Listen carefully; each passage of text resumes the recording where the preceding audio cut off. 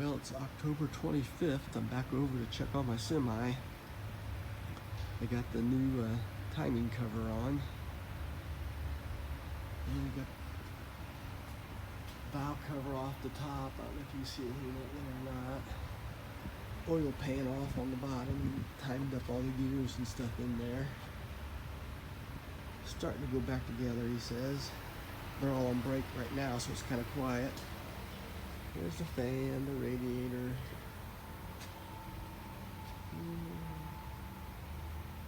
Reservoir for the radiator. Air conditioning unit.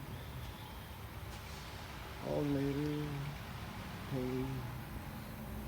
The oil pan, it's pretty big. I don't know if you can see it compared to my foot or not. How big the oil pan on the semi is. Well, it holds 11 gallons. And this is the part that's broke. There's the water pump. It's gonna put a new water pump on. But there's also a crack in here. Crack in the housing. And the main pump on the bottom side here where the bolt goes through that was broke out. Yeah, kind of hard to see. And this bracket, got a new one over here.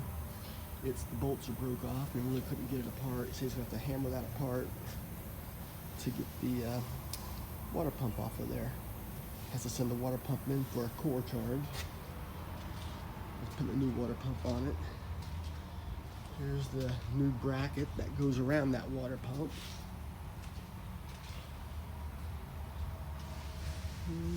Top of the valve cover.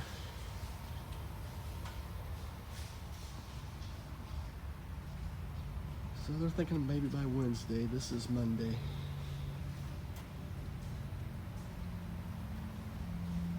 Just hold the camera up and look in there on top of the valves.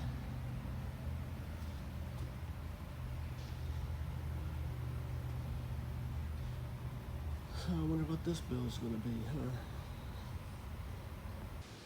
huh? Okay, I got good news and I got bad news.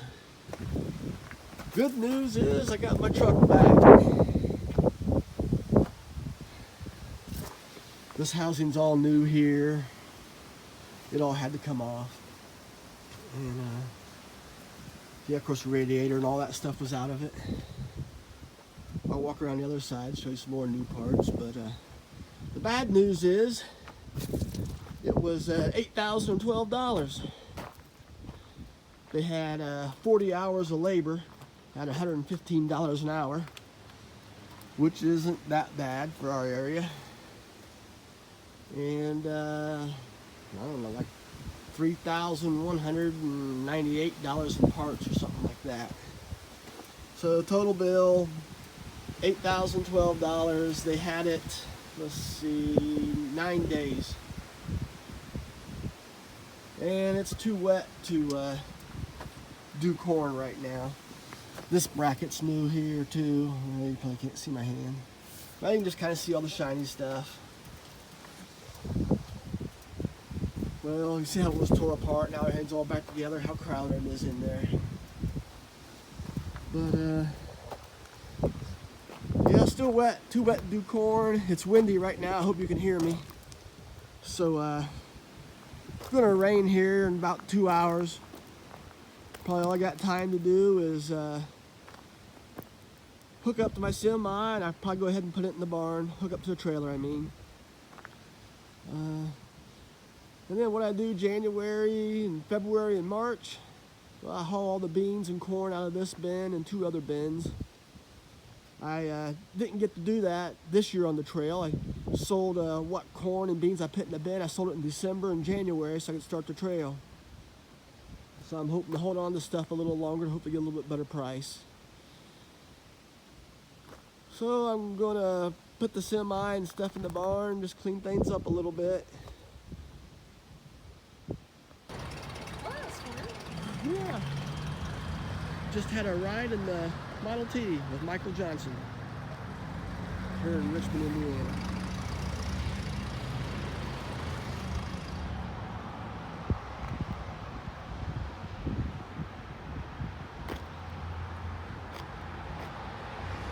Took us around the block or so and The lady that worked with the museum got a ride too. She was a college student from Muncie. Came down here to do some work. You know, that building with the skeletons trying to get in there. It's kind of neat too. That's here at the Model T Museum in Richmond. And across the street, more of it. Kind of interesting. I'm gonna head back home. The little green men are a lot bigger than I thought. Spaceship's out back. He's trying to take me to the spaceship. Don't worry about me. Just save yourself. Had a good time at Halloween with the grandkids. I still have 75 acres of corn left to harvest, 235 acres to plow.